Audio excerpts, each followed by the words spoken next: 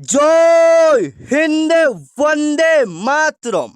आज का आपका क्लास होने वाला है रेलवे ग्रुप डी का। मैं कहूंगा साथियों, अगर आप पहली बार पेपर देने जा रहे हो और तैयारी अभी तक नहीं किए हो और चाहते हो कि पहली बार में ही आपका एक सीट पक्का हो जाए, आपका इसमें सिलेक्शन हो जाए, तो आज का यह वीडियो आपके लिए सिलेक्शन वाली वीडियो होगी। मैं आपको पहले बता दूं, आपका रेलवे ग्रुप डी का जो पेपर होगा उसमें टोटल आपका 100 क्वेश्चन पूछा जाएगा, जिसमें से साइंस का 25 क्वेश्चन, मैथ का 25 क्वेश्चन, रीजनिंग का 30 क्वेश्चन, करंट अफेयर्स और जीके मिलाकर टोटल 20 क्वेश्चन, टोटल मिलाकर आपका 100 क्वेश्चन का पेपर होगा। तो आज के इस वीडियो में आपको वही सवाल बताएंगे साथियों जो सीधे आपके पेपर में देखने को मिलेगा। मैं कहूंगा साथियों, अगर आप वास्तव में सिलेक्शन लेना चाहते हो, इस वीडियो को आप रट डालो, एक एक प्रश्न आपके पेपर में देखने को मिलेगा। पहले हम लोग साइंस के 25 क्वेश्चन को देखेंगे, क्योंकि आपके एग्जाम में 25 क्वेश्चन पूछे जाते हैं। सारे वैसे प्रश्न हैं जो आपके पेपर में देखने को मिलेगा। 1 किलोवाट घंटा ऊर्जा का मान जूल में कितना होता है, आपके पेपर में सवाल डालेगा साथियों। 1 किलोवाट घंटा, या शॉर्ट में लिख सकता है एक KWH का मान कितना होता है। आप बिल्कुल सही करोगे, 3.6 गुने 10 के पावर 6 जूल होता है, आप याद रखोगे। ऑप्शन नंबर बी आपका बिल्कुल सही हो जाएगा। 1 किलोवाट घंटा का मान कितना होता है, तो 3.6 गुना 10 के पावर 6 जूल होता है। ऑप्शन नंबर बी आप याद रखोगे, आपके पेपर में सवाल आएगा। यहां से एक सवाल और बनेगा मेरे भाई, याद रखना। 1 एचपी बराबर कितना होता है? 1 एचपी बराबर कितना होता है? 746 वाट होता है, जो रेलवे ग्रुप डी के साइंस के सेक्शन में पूछा जाएगा। यहां से 2 सवाल बताए हैं, दोनों में से कोई एक सवाल आपके पेपर में देखने को मिलेगा। फिर से याद कर लोगे, 1 किलोवाट घंटा बराबर कितना होता है? 3.6 गुने 10 के पावर 6 जूल होता है। और 1 एचपी बराबर कितना होता है? एक पावर हाउस बराबर कितना होता है? 746 वाट होता है। सेकंड नंबर सवाल देखना, आपके पेपर में हुबहू देखने को मिलेगा। वाहनों में पीछे देखने के लिए किस दर्पण का उपयोग किया जाता है? आपके पेपर में सवाल बनेगा साथियों, वाहनों में पीछे देखने के लिए किस दर्पण का प्रयोग किया जाता है। बिल्कुल आप सही करोगे, आपके रेलवे ग्रुप डी के साइंस में यह सवाल देखने को मिलेगा। आप बताओगे कि पीछे देखने के लिए किस दर्पण का प्रयोग किया जाता है, आप बिल्कुल सही करोगे सर, उत्तल दर्पण का प्रयोग करता है। किसी भी गाड़ी को पीछे देखने के लिए यानी साइड मिरर यानी ऐनक में कौन सा ऐनक का प्रयोग किया जाता है? उत्तल दर्पण का प्रयोग किया जाता है। क्यों किया जाता है यह भी पूछ सकता है, तो आप याद रखोगे, क्योंकि इससे बना प्रतिबिंब जो होता है छोटा होता है और आभासी होता है। छोटा और कैसा होता है? आभासी होता है, याद रखिएगा।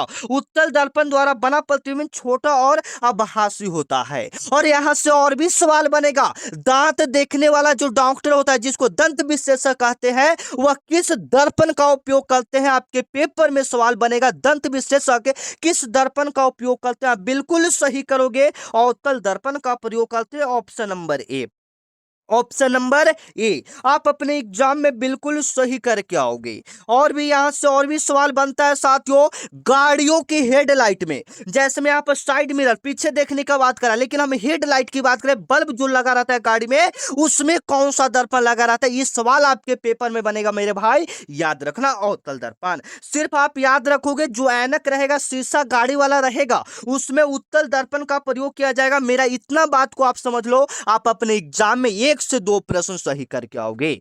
चलिएगा, आपका सेकंड नंबर सवाल है। ऐसा नहीं है, जवाब आप लोग देते चलिएगा, सबसे पहले स्कोर कीजिएगा। इसमें सबसे पहले साइंस के 25 क्वेश्चन करवाएंगे, उसके बाद जनरल अवेयरनेस का भी करवाएंगे, ठीक है। तो यहां पर एक टारगेट लेकर चलो कि 20 में से कम आपका सही जो होना चाहिए 20 प्लस सही होना चाहिए। जो बच्चा 20 प्लस सही इस साइंस के प्रश्न में कर देगा, 25 में से 20, मानो कि रेलवे ग्रुप डी में उनका एग्जाम तो क्लियर हो जाएगा, ठीक है ना। चलिए, आपका 3 नंबर सवाल है साथियों, चिट्टी के डंक में। इसी प्रकार से सवाल बनेगा, चिट्टी के डंक में कौन सा अम्ल पाया जाता है, कौन सा एसिड पाया जाता है चिट्टी के डंक में। आप बिल्कुल सही करोगे, चिट्टी के डंक में आपका पाया जाता है मेथोनोइक अम्ल, या इसी को फॉर्मिक अम्ल भी बोलते हैं। इसका रासायनिक नाम चेंज होते रहता है, ठीक है, तो उससे कोई दिक्कत नहीं है। फॉर्मिक अम्ल या इसी का नाम होता है मेथोनोइक अम्ल, आप याद रखोगे, ठीक है। या ये भी पूछा जाता है कि चींटी का जो काटता है तो वहां पर जलन क्यों महसूस होता है, तो फॉर्मिक अम्ल के कारण जलन महसूस होता है, आप याद रखोगे। लैक्टिक अम्ल किसमें पाया जाता है, आपके पेपर में सवाल बनेगा, आप याद रखोगे। लैक्टिक अम्ल जो है वो दही में पाया जाता है। लैक्टिक अम्ल किसमें पाया जाता है, दही यानी कर्ड में पाया जाता है, आप याद रखोगे। साइट्रिक अम्ल किसमें पाया जाता है, संतरा में पाया जाता है, याद रखिएगा। साइट्रिक अम्ल किसमें पाया जाता है, संतरा में, आप याद रखना, आपके पेपर में सवाल बनेगा। ऑक्जैलिक अम्ल किसमें पाया जाता है, तो ऑक्जैलिक अम्ल आपका पाया जाता है पालक में। ऑक्जैलिक अम्ल किसमें पाया जाता है, पालक में, आप याद रखिएगा, ऑप्शन नंबर बी। ये सारे प्रश्न आप याद रखोगे, आपके पेपर में कोई ना कोई एक सवाल पूछ ही लेगा मेरे भाई। और जो बच्चे नए हैं, चैनल को सब्सक्राइब नहीं किया है, चैनल को आप सब्सक्राइब कर लो, क्योंकि यहाँ हम लोग 3 अगस्त, ऐसे तो आपका रेलवे ग्रुप डी का एग्जाम डेट अनाउंसमेंट हो गया है 3 अगस्त से, तो 3 अगस्त से जिनका जिनका पेपर है उनके लिए आज प्रैक्टिस सेट 1 से हम लोग स्टार्ट करें। जो एक थोप भी पढ़ाई नहीं किए, थोड़ा सा भी पढ़ाई नहीं किए हैं, इस वीडियो से आज से जो सीरीज आपका चल रहा है, चैनल को सब्सक्राइब करके रेगुलर शाम को देख लीजिए, आपका एग्जाम क्लियर हो जाएगा, ठीक है। चलिए, तो यहां पर आपका क्लियर हो गया। अगला सवाल, अगला सवाल है कि कोशिका का पावर हाउस या ऊर्जा गृह, कोशिका का पावर हाउस या ऊर्जा गृह किसे कहा जाता है, आप याद रखोगे। कोशिका का पावर हाउस या ऊर्जा गृह माइटोकॉन्ड्रिया को कहते हैं, याद रखना। कोशिका का पावर हाउस या ऊर्जा गृह किसे कहा जाता है, माइटोकॉन्ड्रिया को, option number C. Option number C आप बिल्कुल सही करोगे। कोशिका का पावर हाउस या ऊर्जा गृह किसे कहा जाता है, माइटोकॉन्ड्रिया को कहा जाता है, आपके पेपर में पूछेगा और आप लोग भी जवाब देते चलोगे, ठीक है ना। चलो, आपका आने वाला अगला सवाल, यहाँ पर आत्महत्या का थैली किसे कहा जाता है, बता सकते हो, बताओ कमेंट में, आत्महत्या का थैली किसे कहा जाता है, बताओ। प्रोटीन का फैक्ट्री किसे कहा जाता है, ये भी बताओ कमेंट में, प्रोटीन का फैक्ट्री किसे कहा जाता है। हम देखना चाहते हैं आप लोग की तैयारी किस लेवल का है, बताओगे। प्रोटीन का फैक्ट्री और आत्महत्या का थैली किसे कहा जाता है, दोनों का सवाल यहाँ पर जवाब कमेंट में आना चाहिए।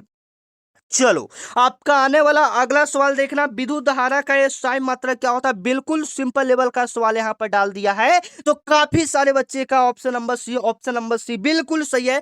5 का सी नंबर बिल्कुल यहाँ पर सही हो जाएगा। अगर हम बात करेंगे यहाँ पर प्रतिरोध का SI मात्रक क्या होता है, कमेंट में प्रतिरोध का SI, रेसिस्टेंस का SI मात्रक क्या होता है, ओम होता है, option number B. Option number B आप बिल्कुल सही करोगे, आपके पेपर में सवाल देखने को मिलेगा, ठीक है ना। चलिए, और अगर आप अभी तक रेलवे ग्रुप डी वाले व्हाट्सएप ग्रुप को ज्वाइन नहीं किए हैं, ज्वाइन कर लेंगे, क्योंकि वहां पर जो भी क्लास होगा साथियों, जो भी फ्री PDF रहेगा, जो भी नई वैकेंसी ऑल इंडिया आएगी, सबसे पहले आपको व्हाट्सएप ग्रुप में ही देखने को मिलेगा। तो व्हाट्सएप ग्रुप में जुड़ने के लिए यह मेरा व्हाट्सएप नंबर है 9334517119। इस पर आपको क्या करना है, रेलवे ग्रुप डी लिखकर मैसेज करना है, ग्रुप डी भी लिखकर मैसेज कर दीजिएगा, तो मेरे तरफ से आपके पास एक व्हाट्सएप ग्रुप का लिंक जाएगा, उस लिंक पर क्लिक करोगे तो आप व्हाट्सएप ग्रुप को ज्वाइन कर लोगे, ठीक है ना।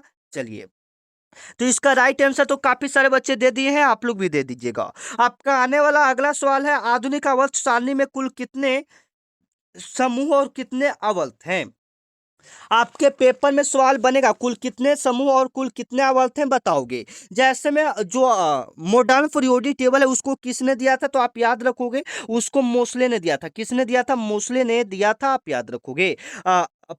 मॉडर्न पीरियोडिक टेबल को किसने दिया था, मोस्ले ने दिया था, आप याद रखना, आपके पेपर में सवाल बनेगा। उसमें आप याद रखोगे 18 समूह और 7 आवर्त होते हैं, ऑप्शन नंबर ए। 18 समूह और कितने आवर्त होते हैं, 7 आवर्त होते हैं, याद रखिएगा, ऑप्शन नंबर ए यहाँ पर बिल्कुल सही हो जाएगा, ठीक है।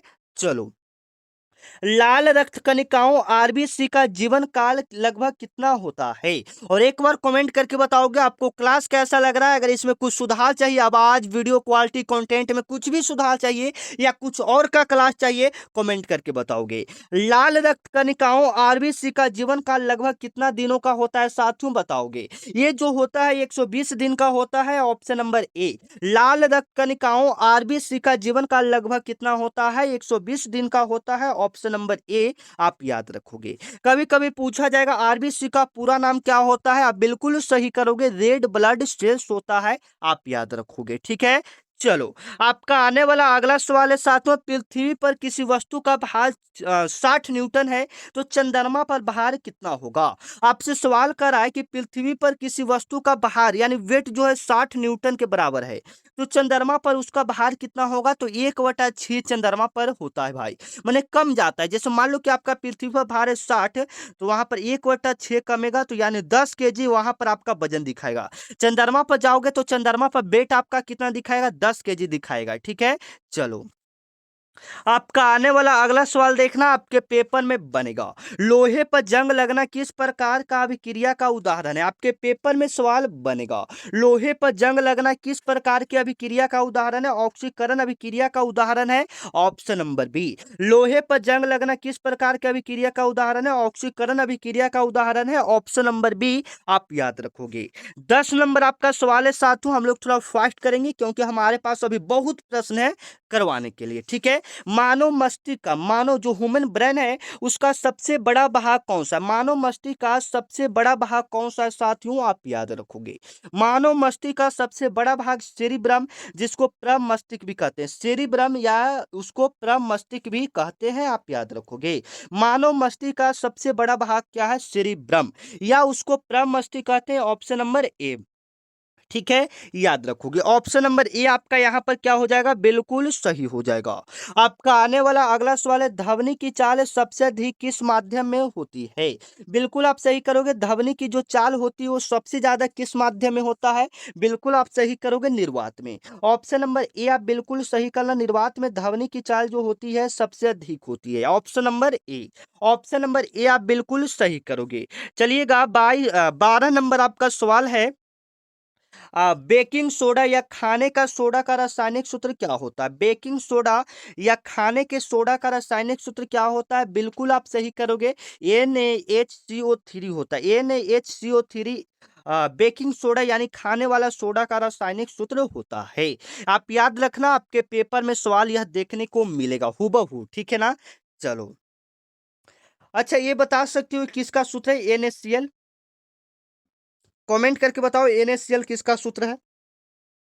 चलिए आपका आने वाला अगला सवाल है, रतौंधी जो नाइट ब्लाइंडनेस होता है वह किस विटामिन की कमी के कारण होता है। बताओगे रतौंधी किस विटामिन की कमी से होता है। बिल्कुल आप बताओगे विटामिन ये जो होगा विटामिन ए की कमी से। रतौंधी किसकी कमी से होगा, विटामिन ए की कमी से, आप याद रखना ऑप्शन नंबर ए। रतौंधी किस विटामिन की कमी के कारण होता है, ये विटामिन ए की कमी से, आप याद रखोगे। बी की कमी से क्या होगा, बेरी बेरी। विटामिन बी की कमी से क्या होगा, बेरी बेरी। विटामिन सी की कमी से क्या होगा, स्कर्वी। विटामिन डी की कमी से क्या होगा, रिकेटस। विटामिन डी की कमी से आपका क्या होगा, रिकेटस। आप याद रखना, आपके पेपर में सवाल बनेगा। आपका 14 नंबर सवाल है साथियों, देखना यहाँ पर बिल्कुल इंपॉर्टेंट लेवल का सवाल है। आकाश का रंग नीला किसके कारण दिखाई देता है। आपके पेपर में सवाल बनेगा, आकाश का नीला रंग किसके कारण दिखाई देता है, प्रकाश का परिकिरण के कारण, याद रखिएगा। ठीक है, सी ऑप्शन बिल्कुल राइट हो जाएगा। आकाश का नीला रंग किसके कारण दिखाई देता है, प्रकाश के परिकिरण के कारण दिखाई देता है, आप याद रखोगे। लाल पूछ दे, नीला पूछ दे, ब्लू पूछ दे, कुछ भी पूछ दे, सिर्फ आकाश का रंग पूछे तो आप सही करोगे, प्रकाश का परिकिरण। ठीक है ना, चलो आपका आने वाला अगला सवाल है, बायोगैस का मुख्य घटक कौन सा है। बताओगे बायोगैस का मुख्य घटक कौन सा, साथियों आपके पेपर में सवाल बनेगा। आप बिल्कुल सही करोगे, बायोगैस का जो मुख्य घटक है वह मीथेन, याद रखिएगा, जिसको शॉर्ट में CH4 बोलेंगे, जिसको शॉर्ट में क्या बोलेंगे, CH4 बोलेंगे, आप याद रखिएगा। बायोगैस का मुख्य घटक क्या है, CH4, आप बिल्कुल सही करोगे। ठीक है ना, चलिए आपका 16 नंबर आपका सवाल है साथियों, आपके पेपर में बनेगा। पित्त रस का स्राव मानव शरीर के किस अंग से होता है। बिल्कुल सही करोगे, पित्त रस का स्राव मानव शरीर के किस अंग से होता है साथियों? बिल्कुल आप सही करोगे, यकृत से होता है। कहाँ से होता है? यकृत से होता है। ठीक है, चलो 17 नंबर आपका सवाल है पारसेक। पारसेक किसकी इकाई है? आप याद रखोगे पारसेक किसकी इकाई है, तो ये आपका हो जाएगा दूरी का। पारसेक किसकी इकाई है साथियों? दूरी का। Option number B. Option number B आप बिल्कुल सही करोगे। पारसेक जो हो जाएगा यह दूरी का एक इस एसआई मात्रक हो जाएगा। ठीक है, चलो कार्बन 14 डेटिंग विधि का उपयोग किसकी आयु ज्ञात करने के लिए किया जाता है? आप याद रखोगे कार्बन 14 डेटिंग विधि का उपयोग किसकी आयु ज्ञात करने के लिए किया जाता है? जीवाश्म का आयु ज्ञात करने के लिए किया जाता है। ऑप्शन नंबर सी, जीवाश्म का आयु ज्ञात करने के लिए किया जाता है, याद रखना। ठीक है, चलो आपका आने वाला अगला सवाल है आनुवंशिका का जनक, जेनेटिक्स का जनक किसे कहा जाता है? आप याद रखोगे ये कहा जाता है गेंगल जॉन मेंडल को। Option number B. Option number B आप बिल्कुल सही करोगे। आनुवंशिका का जनक किसे कहा जाता है? गेंगल जॉन मेंडल को कहा जाता है। ठीक है, याद रखना। आपका आने वाला अगला सवाल है न्यूटन का कौन सा नियम जड़त्व का नियम भी कहलाता है? आपके पेपर में सवाल बनेगा। बिल्कुल इंपॉर्टेंट लेवल का सवाल है कि न्यूटन के किस नियम को जड़त्व का नियम भी कहा जाता है? तो द्वितीय नियम को जड़त्व का नियम भी कहा जाता है। Option number B. Option number B आप अपने एग्जाम में बिल्कुल सही करोगे। आपका अगला नंबर सवाल देखना, कौन सी धातु कमरे के तापमान पर तरल अवस्था में पाई जाती है? बताओगे कौन सा धातु कमरे के तापमान पर तरल अवस्था में पाया जाता है? याद रखिएगा पारा हो जाएगा, mercury. Option number B. Option number B आप बिल्कुल सही करोगे। कौन सी धातु कमरे के ताप पर तरल अवस्था में पाया जाता है? पारा। आपका आने वाला अगला सवाल है इंसुलिन हार्मोन का मुख्य कार्य क्या है? बताओगे इंसुलिन हार्मोन का मुख्य कार्य क्या है साथियों? रक्त में शर्करा के स्तर को नियंत्रित करना। रक्त में शर्करा के स्तर को नियंत्रित करना। Option number B. Option number B आप बिल्कुल सही करोगे। ठीक है ना, चलिए आपका आने वाला अगला सवाल है साथियों कार्य करने की दर को क्या कहते हैं? आपके पेपर में सवाल बनेगा कार्य करने की दर को क्या कहते हैं? ठीक है, याद रखोगे कार्य करने की दर को शक्ति कहते हैं। ऑप्शन नंबर बी आप याद रखोगे। ठीक है ना, चलिए आपका 24 नंबर आपका सवाल है साथियों शुद्ध जल का पीएच मान कितना होता है? शुद्ध जल का पीएच मान कितना होता है? याद रखना शुद्ध जल का जो पीएच मान होगा वह 7 होगा। क्या होगा? 7 होगा। Option number B. शुद्ध जल का पीएच मान कितना होगा? 7 होगा। 25 नंबर आपका सवाल है साथियों मानव शरीर में यूरिया का निर्माण कहाँ होता है? मानव शरीर में यूरिया का निर्माण कहाँ होता है? आप याद रखोगे यह होता है यकृत यानी लीवर में। Option number B. मानव शरीर में यूरिया का निर्माण कहाँ होता है? यकृत यानी लीवर में। ऑप्शन नंबर बी आप याद रखोगे। ठीक है, चलो यहाँ पर साइंस के 25 सवाल हमने समाप्त किया, तो आप अपना स्कोर बताओगे 25 में से आपका कितना यहाँ पर साइंस का सही हुआ। अब हम लोग चलते हैं करंट अफेयर्स और जीके समान जागरूक से कुछ प्रश्न को देख लेते हैं जो सीधे आपके पेपर में देखने को मिलेगा। चलिएगा बताइएगा वर्ष 2026 का फीफा विश्व कप किन दो देशों के बीच आयोजित किया जा रहा है? आपके पेपर में सवाल बनेगा कि वर्ष 2026 का फीफा जो विश्व कप हो रहा है वह किन देशों द्वारा आयोजित किया जा रहा है? तो अमेरिका द्वारा, कनाडा द्वारा और मैक्सिको द्वारा किया जा रहा है। Option number B. Option number यहाँ पर क्या हो जाएगा? ऑप्शन नंबर बी आप यहाँ पर बिल्कुल सही करोगे। ठीक है ना, चलिए आपका 2 नंबर सवाल है साथियों भारतीय संविधान का कौन सा अनुच्छेद समान नागरिक संहिता से संबंधित है? आपके पेपर में सवाल बनेगा कौन सा अनुच्छेद समान नागरिक संहिता से संबंधित है। इसमें भी हम आपको 20 सवाल करवाएंगे, तो 20 सवालों में से टारगेट लेकर चलो 15 प्लस सवाल सही करने का। ये आपका हो जाएगा अनुच्छेद 44 जो है ये समान नागरिक संहिता से संबंधित है, आप याद रखोगे। ठीक है, चलिएगा हिल्टन यंग कमीशन की सिफारिश पर किस संस्थान का स्थापना किया गया था? आपके पेपर में सवाल बनेगा साथियों हिल्टन यंग कमीशन की सिफारिश पर किस संस्थान का स्थापना किया गया था? आरबीआई का स्थापना किया गया था। Option number C. Option number C आप बिल्कुल सही करोगे, आपके पेपर में सवाल बनेगा। ठीक है, चलो किस गवर्नर जनरल के कार्यकाल में पहली बार रेलवे लाइन बिछाई गई थी? आपके पेपर में सवाल बनेगा किस गवर्नर जनरल के कार्यकाल में पहली बार रेलवे लाइन बिछाई गई थी? तो लॉर्ड डलहौजी के कार्यकाल में पहली बार रेलवे लाइन बिछाई गई थी। ऑप्शन नंबर बी आप बिल्कुल सही करोगे। ठीक है ना, 5 नंबर आपका सवाल है साथियों वाल्मीकि राष्ट्रीय उद्यान किस राज्य में स्थित है? वाल्मीकि राष्ट्रीय उद्यान किस राज्य में स्थित है? आप बिल्कुल सही करोगे, बिहार में। वाल्मीकि राष्ट्रीय उद्यान कहाँ में है? बिहार में। ऑप्शन नंबर सी यहाँ पर आप बिल्कुल सही करोगे।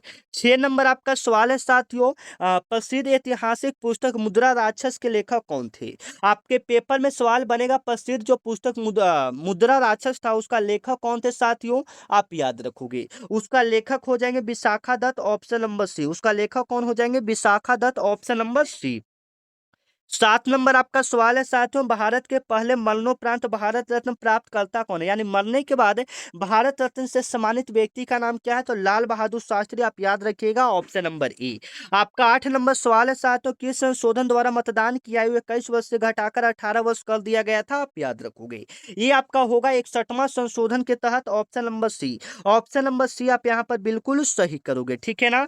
चलो 9 नंबर आपका सवाल है साथियों, मानव विकास सूचकांक HDI किस संस्था द्वारा जारी किया जाता है बताओगे? या किस संस्था द्वारा जारी किया जाता है? तो यह जारी किया जाता है संयुक्त राष्ट्र विकास कार्यक्रम UNDP द्वारा जारी किया जाता है, आप याद रखोगे। 10 नंबर आपका सवाल यहाँ पर आ रहा है, देखिएगा, भारत और श्रीलंका को कौन सा जल संधि अलग करता है? आपके पेपर में सवाल बनेगा, ठीक है ना। भारत और श्रीलंका को कौन सा जल संधि अलग करता है? तो पाक जल संधि अलग करता है, ऑप्शन नंबर बी। आपका आने वाला अगला सवाल है, ग्रैंटक रोड का निर्माण मूल रूप से किस शासक ने करवाया था? आपके पेपर में सवाल बनेगा, ग्रैंटक रोड का निर्माण मूल रूप से किस शासक ने करवाया था? शेर शाह सूरी ने करवाया था, option number C. Option number C आपका बिल्कुल सही हो जाएगा, ठीक है ना। चलो आपका आने वाला अगला सवाल है, राष्ट्रीय मतदाता दिवस भारत में प्रतिवर्ष किस दिन मनाया जाता है? आपके पेपर में सवाल बनेगा, आप याद रखोगे 25 जनवरी को मनाया जाता है, option number A. Option number A आप याद रखोगे, मतदाता दिवस 25 जनवरी को मनाया जाता है, ठीक है। विश्व व्यापार संगठन WTO का मुख्यालय कहाँ स्थित है? तो आप बताओगे कहाँ स्थित है? ये हो जाएगा जिनेवा स्विट्जरलैंड में, ऑप्शन नंबर सी। चलिए 14 नंबर आपका सवाल है, आपके पेपर में बनेगा, प्राचीन भारत में मौर्य साम्राज्य की राजधानी कहाँ स्थित थी? आपके पेपर में सवाल बनेगा, आप याद रखोगे पाटलिपुत्र में स्थित थी, ऑप्शन नंबर बी। 15 नंबर आपका सवाल है, नीति आयोग के प्रधान अध्यक्ष कौन होते हैं? तो भारत के प्रधानमंत्री, ऑप्शन नंबर बी। 16 नंबर आपका सवाल है साथियों, 2024 के ग्रीष्मकालीन ओलंपिक खेलों का आयोजन किस शहर में किया गया? आप बताओगे किस शहर में किया गया था? ये किया गया था पेरिस में, ऑप्शन नंबर सी आप बिल्कुल सही करोगे। 17 नंबर आपका सवाल है, निम्नलिखित में से किसे सीमांत गांधी के नाम से जाना जाता है? याद रखेंगे, ये सीमांत गांधी के नाम से खान अब्दुल गफ्फार खान को जाना जाता है, याद रखिएगा। 18 नंबर आपका सवाल है, इसरो का मानव अंतरिक्ष उड़ान मिशन किस नाम से जाना जाता है? आप याद रखोगे, आप याद रखोगे गगनयान हो जाएगा, ऑप्शन नंबर सी यहाँ पर आपका क्या हो जाएगा? बिल्कुल राइट। 19 नंबर आपका सवाल है, संयुक्त राष्ट्र सुरक्षा परिषद में कुल कितने अस्थायी सदस्य हैं? बताइएगा। ये आपका हो जाएगा साथियों, 5 अस्थायी सदस्य देश उसमें शामिल हैं।